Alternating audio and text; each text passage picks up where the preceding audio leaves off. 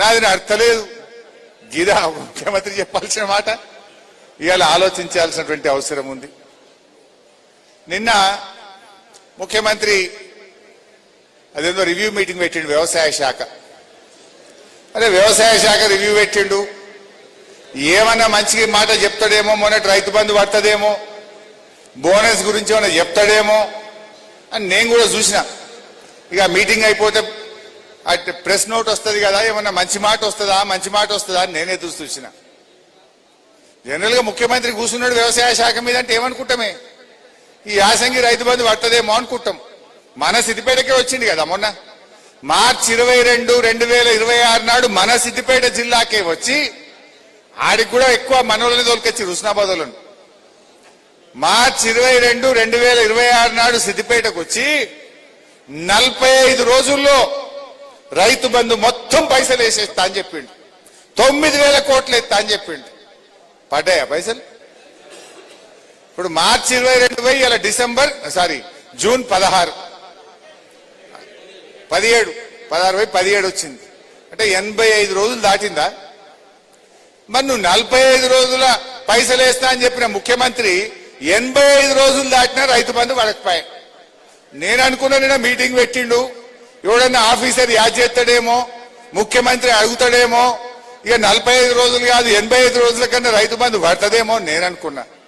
రైతు బంధు సప్పులు లేదు. 5 నెలల రైతు బీమా కట్టక మీ హుస్నాబాద్ లో అడుగుండే ఎవరినన్నా, ఈ మధ్య చనిపోయిన రైతులకు 5 నెలల నుంచి బీమా వచ్చుడు బంద్ అయింది. కేసీఆర్ ఉన్నప్పుడు కరోనా ఉన్న ఆగలే, కష్టం వచ్చిన ఆగలే. ఏ రైతు ఇంట్లో దురదృష్టవశాత్తు ఎవరు చనిపోయినా 5 లక్షల రూపాయలు 10 రోజుల్లోకి వచ్చి బ్యాంకులో పడ్డాయి. ఇప్పుడు 5 నెలల రైతు బీమా సప్పులు లేదు.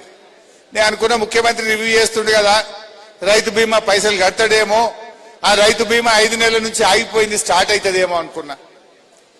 అది సప్పులు లేదు. ఈ యాసంగి ఏమైనా బోనస్ ఇస్తాడేమో, మరి పోయిన యాసంగి అయితే 1,200 కోట్లు ఎగ్గొట్టిండు.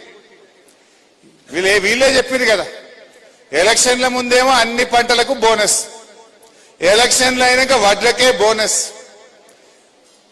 జర్ర ఏడాది ముందుకు గెలగానే లేలే సన్నాలకే బోనస్.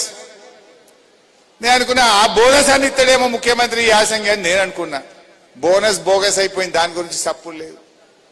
నిన్న ఏం చెప్పిండు మరి, పోయిన వానకాలంలో 33 రకాల సన్నాలకు బోనస్ ఇచ్చినాము, ఇప్పుడు 7 రకాల సన్నాలకే బోనస్ ఇస్తాం, మిగతాలకు ఎగబెడతా అని చెప్పిండు. రేవంత్ రెడ్డి మీటింగ్ పెట్టేది కోత పెట్టిండు, బోనస్ లో కోత పెట్టిండు. పోయినసారి 33 రకాల సన్నాలకు బోనస్ ఉండే, ఈ తాప 7 రకాల సన్నాలకే బోనస్, మిగతా వాళ్ళకి ఎగబెడతా అని చెప్పిండు. ఇవాళ ముఖ్యమంత్రి ఎట్లుండంటే రైతు బంధు గురించి మాట్లాడాడు, రైతు బీమా గురించి మాట్లాడాడు, బోనస్ పోయిన యాసంగి గురించి మాట్లాడాడు, ఈ యాసంగి గురించి మాట్లాడాడు. చేసిందేమి లేదు కానీ పేపర్లో ఫుల్ పేజ్ యాడ్. మొన్న యాడ్ వచ్చింది, చూసిరో లేదా, ఏ పేపర్ చూసినా వాళ్ళదే బొమ్మలు. ఏంటంటే మేము 75 లక్షల మెట్రిక్ టన్నుల వడ్లు కొన్నాం. ఆ సంగతి మీకు తెలియదా, నాకు తెలియదా? ఎంత తరుగు పెట్టిండ్రీడా? సిద్దిపేటలో అయితే 3 కిలోలు 4 కిలోలు క్వింటల్ మీద 5 కిలోల తరుగు పెట్టిరు. అంటే తరుగు పెట్టుడు, 2 నెలలు గోసబుచ్చుడు, దానికి ఫుల్ పేజ్ యాడు. నేను మీ కార్యకర్తలకు చెప్తా ఉన్నా, 2020-21 సంవత్సరం నాటి బీఆర్ఎస్ ప్రభుత్వం అధికారంలో ఉన్నప్పుడు 92 లక్షల మెట్రిక్ టన్నుల వడ్లు యాసంగిలో కొన్నాం.